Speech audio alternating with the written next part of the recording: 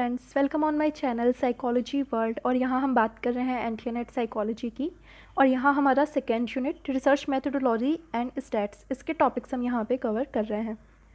हमारी last video में हमने बात की थी रिसर्च डिज़ाइन के बारे में। हमने रिसर्च डिज़ाइन को अच्छे से समझा था, इसके टाइप्स को भी हमने देखा था और साथ ही उसके सब टाइप्स के बारे में भी हमने यहाँ पे डिटेल में चर्चा की थी। और क्योंकि इसको हम steps involve in psychological research के अंतर्गत हम इसको पढ़ रहे हैं, मीन्स यहाँ पे साइकोलॉजिकल रिसर्च में या किसी भी रिसर्च को करने में कौन कौन से स्टेप्स से होते हुए हम चलते हैं, उसके बारे में हम यहाँ पे डिटेल में हम स्टडी कर रहे हैं। यहाँ पे हमने देखा था कि पहला हमारा जो टॉपिक था, सबसे पहला जो स्टेप होता है वो होता है रिसर्च प्रॉब्लम का, या फिर selection of a research topic. Means हम कोई एक रिसर्च टॉपिक हम अपना सेलेक्ट करते हैं जिस पे भी हमें रिसर्च को करना होता है। इसके बाद सेकंड जो स्टेप होता है वो होता है रिव्यू ऑफ लिटरेचर का, और जिसके अंतर्गत हमने वेरिएबल्स के बारे में हमने पढ़ा था। मीन्स रिव्यू ऑफ लिटरेचर में क्या होता है कि हमारे जो भी रिसर्च टॉपिक है उसमें जो भी वेरिएबल्स हैं उसके बारे में हम वहाँ पे डिफ़ाइन किया जाता है।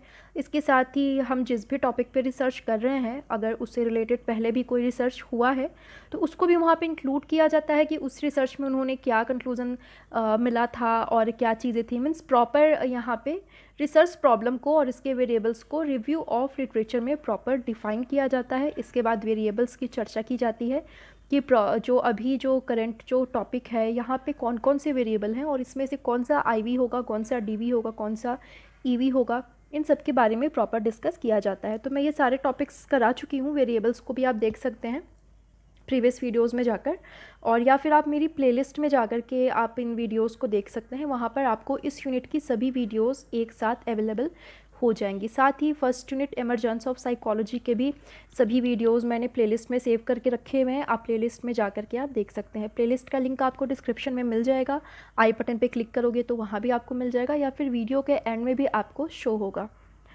आगे हमने देखा था हाइपोथेसिस के बारे में, हाइपोथेसिस मेकिंग के बारे में हमने पढ़ा था। हाइपोथेसिस के अलग अलग टाइप्स के बारे में हमने देखा था।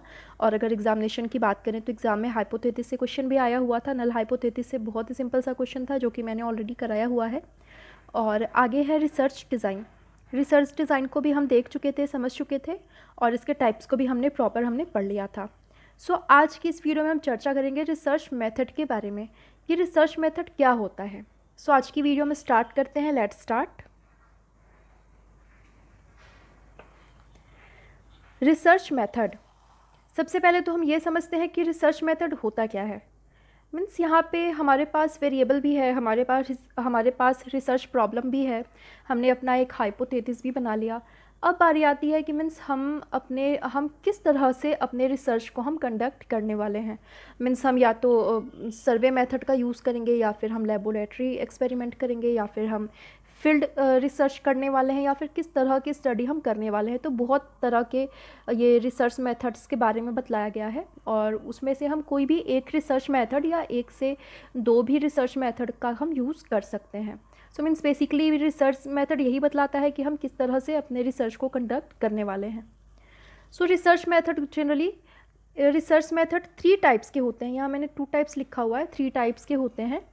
और पहला है एक्सपेरिमेंटल मेथड, प्रयोगात्मक विधि। दूसरा है नॉन एक्सपेरिमेंटल मेथड, अप्रयोगात्मक विधि। और लास्ट है क्वासी मेथड, अर्ध प्रयोगात्मक विधि। रिसर्च डिज़ाइन 3 टाइप्स के होते हैं, experimental, non experimental and quasi.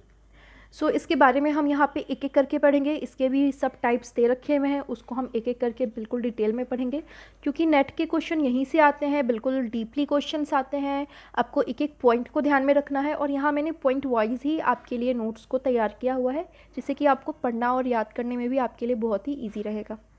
सबसे पहले मैं यहाँ तो क्लियर कर दूँ, पहले मैं एक चीज़ क्लियर कर दूँ कि यहाँ पे हम जितने भी रिसर्च मेथड के बारे में पढ़ेंगे उसमें से हम किसी भी मेथड को सबसे अच्छा या सबसे ख़राब हम नहीं कह सकते, क्योंकि यहाँ पे ये बात जाननी ज़रूरी है कि हमारा जो रिसर्च टॉपिक होता है उसी के अकॉर्डिंग हम रिसर्च मेथड का भी यूज़ करते हैं। मीन्स अपने रिसर्च टॉपिक पे ये पूरी तरह से डिपेंड करता है कि हम किस मेथड का यूज़ करेंगे। इसको जस्ट हम इस तरह से कह सकते हैं कि एक कारपेंटर के लिए एक कील और एक हथौड़ा जिस तरह से दोनों ही इंपॉर्टेंट होता है, दोनों के ही अपने अलग अलग जगह पे अलग अलग काम है, उसी तरह से ये जो रिसर्च मेथड्स के अलग अलग टाइप्स हैं वो रिसर्च के अकॉर्डिंग अलग अलग जगह पे अप्लाई किया जाता है।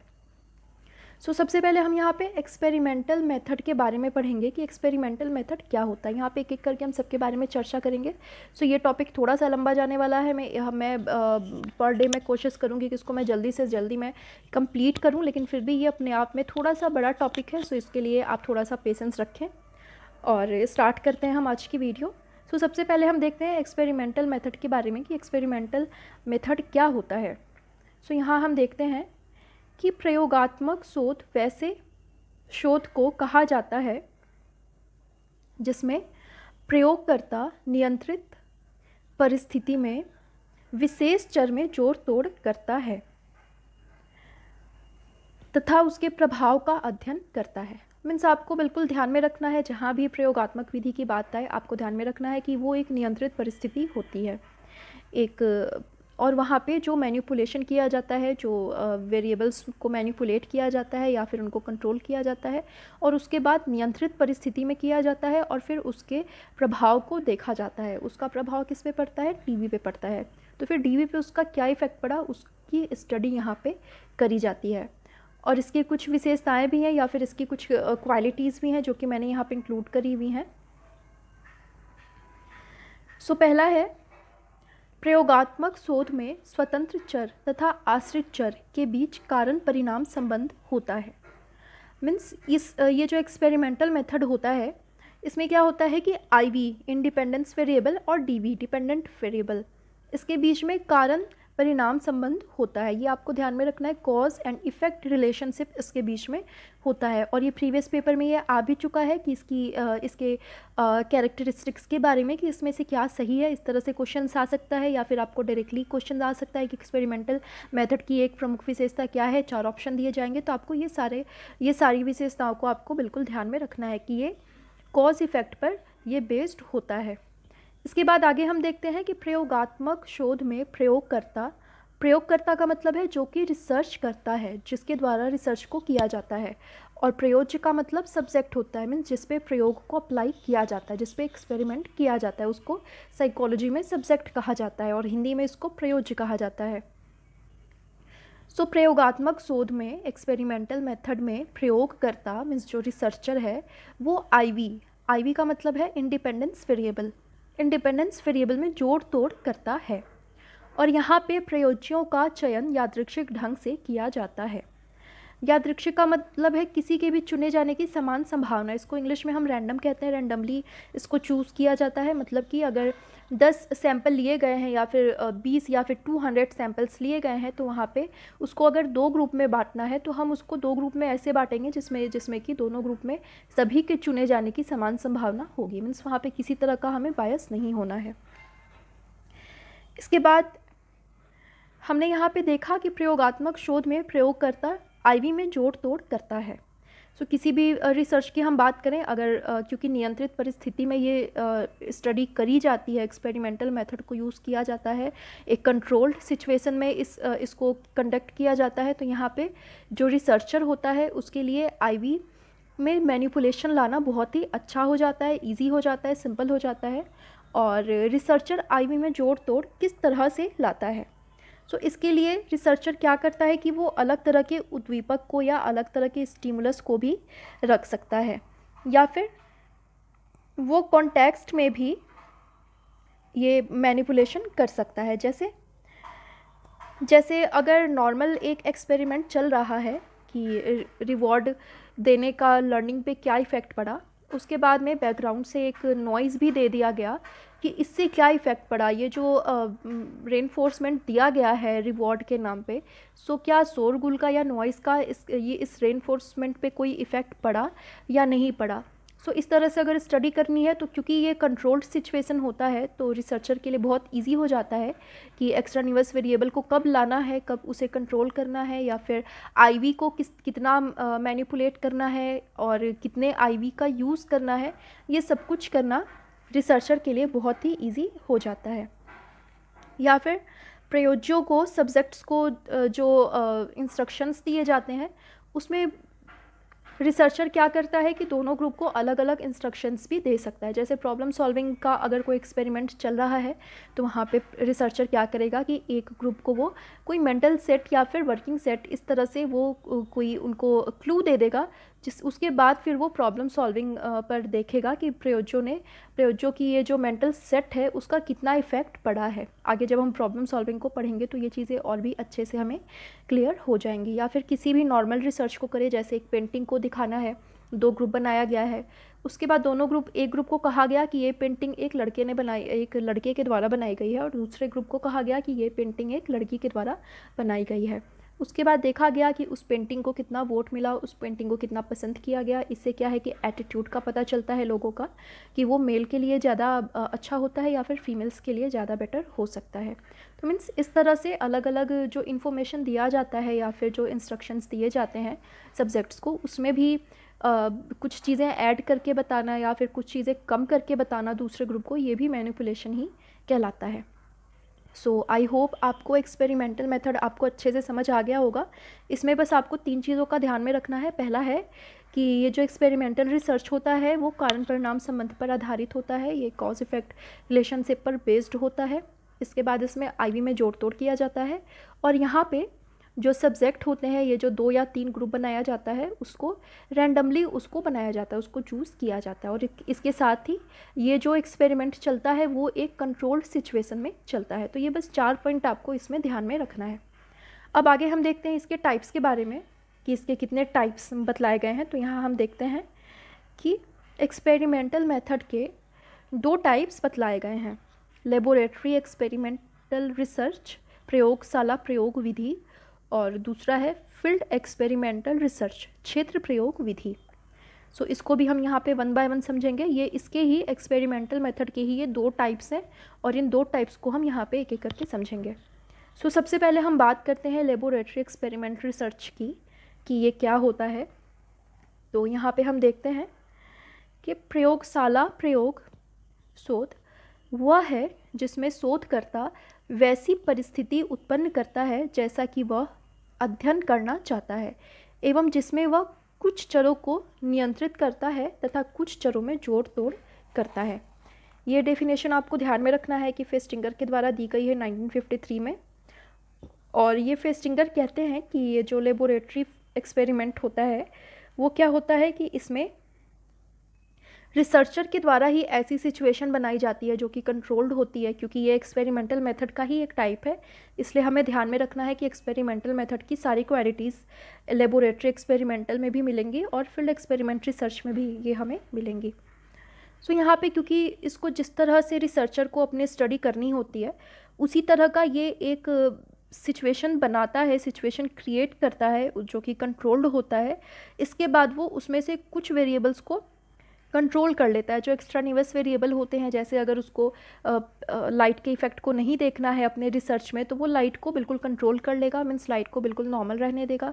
या फिर अगर नॉइज़ को नहीं देखना है तो वो इस तरह का ये एक सिचुएशन होगा या फिर इस तरह का लैब होगा जहाँ की बाहर से किसी तरह का कोई भी नॉइज़ वहाँ पे ना आए। या फिर अगर कोई टेम्परेचर से रिलेटेड अगर कोई स्टडी करी जा रही है तो वहाँ पे क्या होगा कि टेम्परेचर को मैनिपुलेट किया जा सकता है। ऐसी सिचुएशन बनाई जाएगी कि कमरे में ज़्यादा ठंडक देकर, एसी चलाकर या फिर हीट करके ये लेबोरेटरी लैब को गर्म किया जाएगा या ठंडा किया जाएगा और उस सिचुएशन में क्या इफ़ेक्ट पड़ता है बच्चों की लर्निंग पे, उसको वहाँ पे चेक किया जा सकता है। मीन्स कहने का मतलब है कि यहाँ पे पूरी तरह से जो सिचुएशन होती है ये बिल्कुल रिसर्चर के कंट्रोल में होती है। और यहाँ पे आगे कुछ कैरेक्टरिस्टिक्स बतलाए गए हैं लेबोरेटरी एक्सपेरिमेंटल रिसर्च के।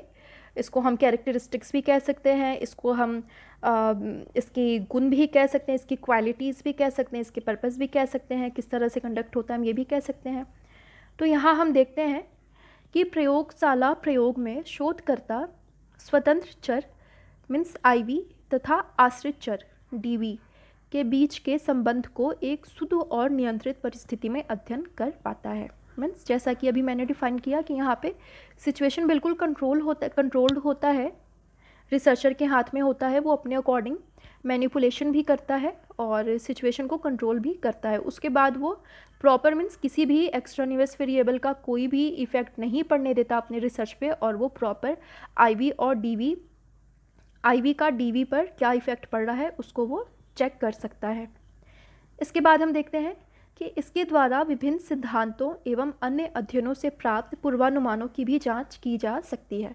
मीन्स अगर इसी तरह की स्टडी से रिलेटेड पहले अगर कोई स्टडी हुई है, अगर पहले से ये स्टडी हो रखी हुई है कि रिवॉर्ड का लर्निंग पे बहुत ही अच्छा इफेक्ट पड़ता है, रिवॉर्ड देने से लर्निंग अच्छी तरह से होती है, तेज़ी से होती है, या फिर जॉब मीन्स वर्किंग जो इन्वायरमेंट होता है उसको अच्छा बना देने से जो हमारे एम्प्लॉयज़ होते हैं उनमें जॉब सेटिस्फेक्शन ज़्यादा होता है।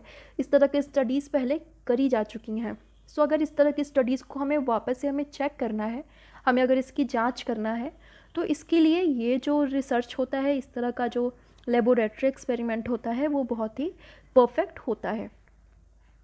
आगे हम देखते हैं, इसका उद्देश्य वस्तुनिष्ठ सैद्धांतिक तंत्र का निर्माण करना होता है। ऑब्जेक्टिव थ्योरेटिकल सिस्टम को बनाना इसका जो मेन मोटिव होता है वो होता है। मीन्स क्योंकि यहाँ पे किसी तरह के एक्स्ट्रानिवस वेरिएबल का कोई भी इफेक्ट नहीं पड़ने दिया जाता है, सिचुएशन बिल्कुल कंट्रोल्ड होता है, और यहाँ पर प्रॉपर आईवी और डीवी को हम अच्छे से हम इसके स्टडी कर सकते हैं कि क्या इफ़ेक्ट पड़ रहा है, क्या प्रभाव पड़ रहा है, या फिर हमारे सब्जेक्ट्स के बिहेवियर में क्या चेंजेस आ रहे हैं, उसको हम प्रॉपर हम चेक कर सकते हैं। और यहाँ पे ऑब्जेक्टिव सैद्धांतिक तंत्र होता है, मतलब कि जो हमारा कंक्लूज़न आया है, अगर उसी चीज़ को, उसी रिसर्च को आगे भी अगर कोई रिसर्चर करना चाहे तो उसको भी वही रिज़ल्ट आने के 99.9% चांसेस होते हैं, क्योंकि यहाँ पे किसी तरह की कोई भी मिस्टेक नहीं की जाती है। इसके बाद आगे हम देखते हैं कि यह नियंत्रित परिस्थिति में किया जाता है, अतः यह इससे प्राप्त परिणाम अधिक विश्वसनीय होते हैं।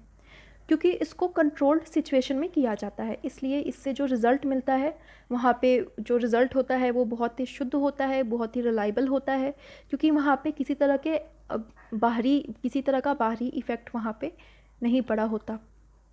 आगे हम देखते हैं कि यहाँ प्रयोज्यों का यादृच्छिक आवंटन किया जाता है, अतः शोध पर प्रयोगकर्ता द्वारा बायस होने की संभावना भी कम हो जाती है।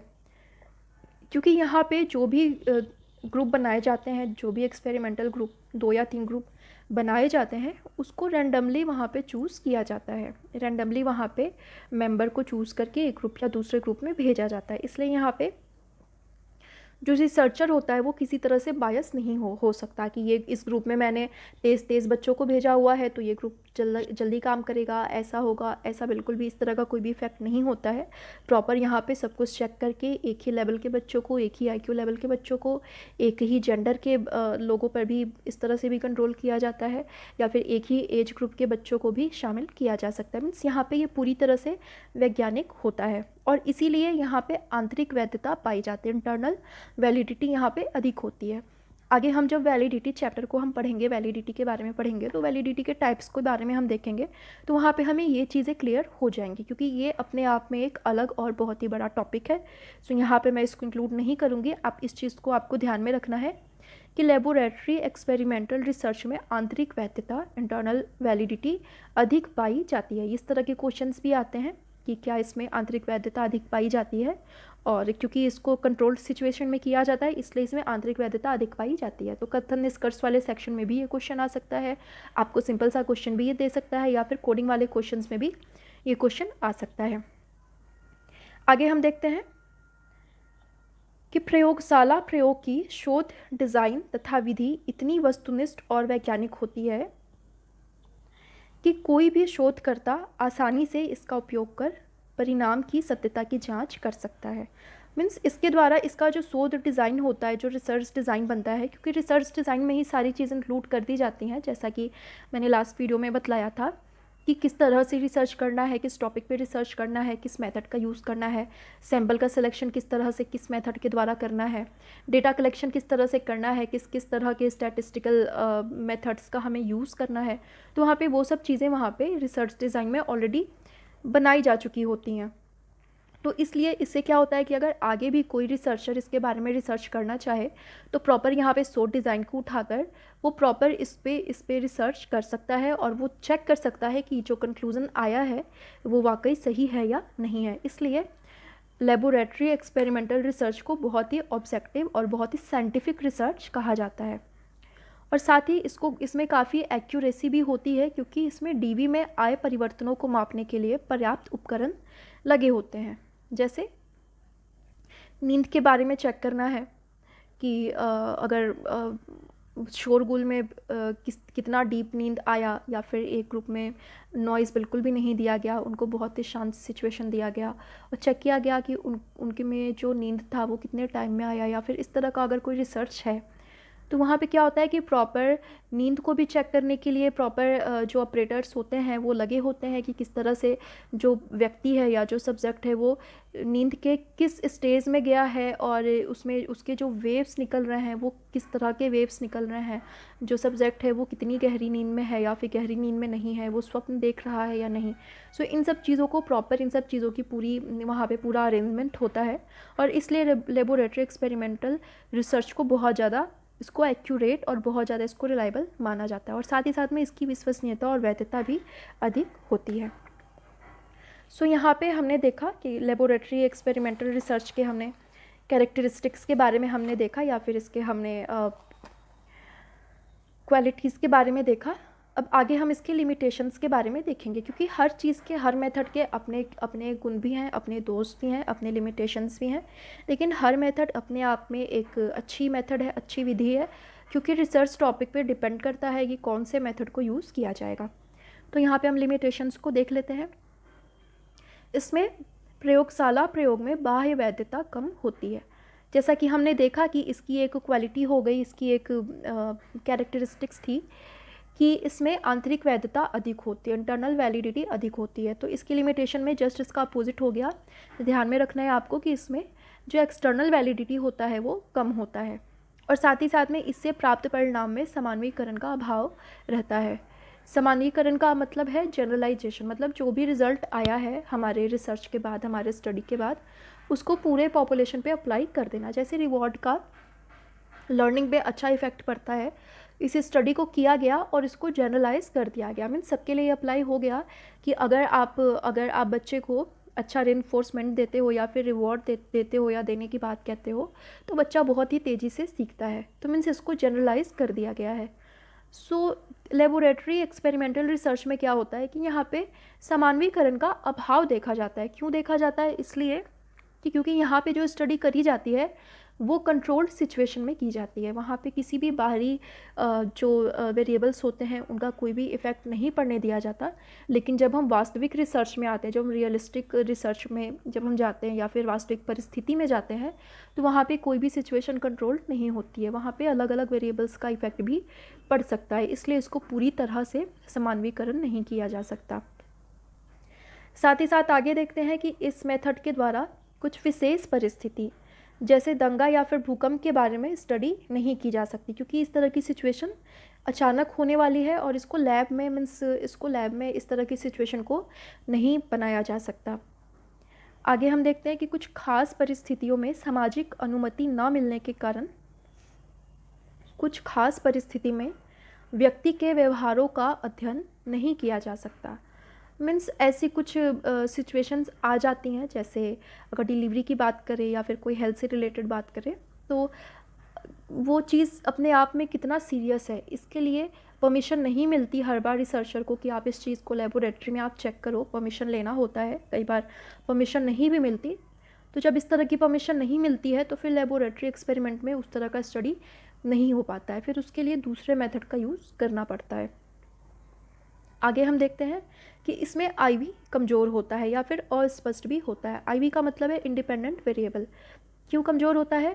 क्योंकि कहीं ना कहीं जो इसमें सब्जेक्ट जो इसमें शामिल होते हैं उनको कहीं ना कहीं पता होता है कि वो एक रिसर्च का एक पार्ट बनने वाले हैं और उसके लिए वो एक्स्ट्रा अवेयर होते हैं और हर छोटी छोटी चीज़ का ध्यान में रखते हैं।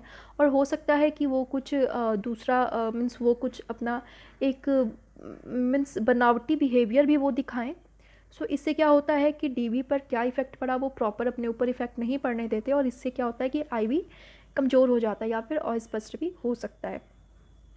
आगे देखते हैं कि रॉबिन्सन एक साइकोलॉजिस्ट है और उन्होंने इसे एक खर्चीली विधि बतलाई है, क्योंकि इसमें प्रॉपर एक आपको सिचुएशन बनाना होता है, वहाँ पे आपको कुछ ऑपरेटर्स भी लगाने होते हैं, तो इसमें काफ़ी खर्च भी आता है, इसलिए रॉबिन्सन ने इसको एक खर्चीली विधि बतलाई है।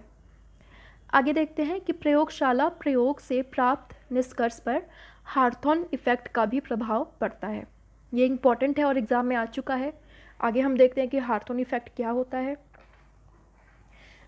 यहाँ हम देखते हैं कि जो हार्थॉन इफ़ेक्ट, इसको मेयो नाम के साइकोलॉजिस्ट ने दिया था और इन्होंने इंडस्ट्रियल साइकोलॉजी में काम किया है, और वहाँ पे एक जॉब इन्वायरमेंट में एम्प्लॉयज़ के ऊपर इस तरह की स्टडी करी गई थी, और इसमें बतलाया गया था, हार्थॉन इफ़ेक्ट में बतलाया गया है कि प्रयोग के दौरान जब प्रयोज्यों को पता होता है कि वे सब्जेक्ट के रूप में कार्य कर रहे हैं, तो इससे उनका व्यवहार भी बदल सकता है, और ऐसे में प्रयोग से प्राप्त निष्कर्ष में त्रुटि उत्पन्न हो जाती है, और इसे ये हार्थॉन इफ़ेक्ट कहा जाता है।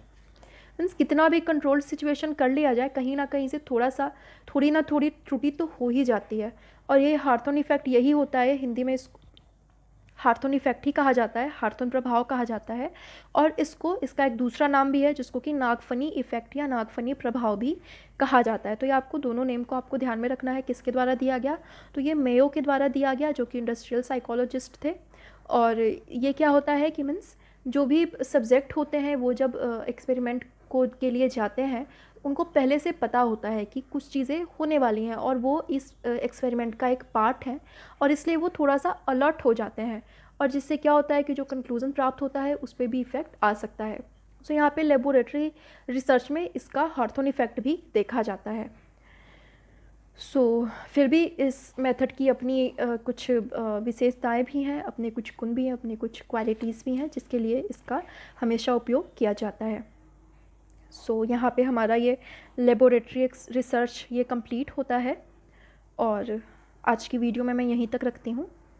नेक्स्ट वीडियो में हम बात करेंगे फील्ड एक्सपेरिमेंटल रिसर्च के बारे में, और आज की इस वीडियो में आपके लिए क्वेश्चन है कि एक्सपेरिमेंटल मेथड किस रिलेशन की बात करता है। ये मैंने आज की वीडियो में बतलाया हुआ है। अगर आपको इसका आंसर पता है तो आप मुझे फटाफट कमेंट कर दें। अगर आपको इसका आंसर नहीं पता है तो वीडियो को स्टार्टिंग से आप ध्यान से देखें, क्योंकि इसी तरह के क्वेश्चंस आपके नेट के एग्ज़ाम में आते हैं। आज की वीडियो में मैं यहीं तक रखती हूँ। नेक्स्ट वीडियो में जल्दी अपलोड करूँगी। आज के लिए इतना ही। Thank you so much.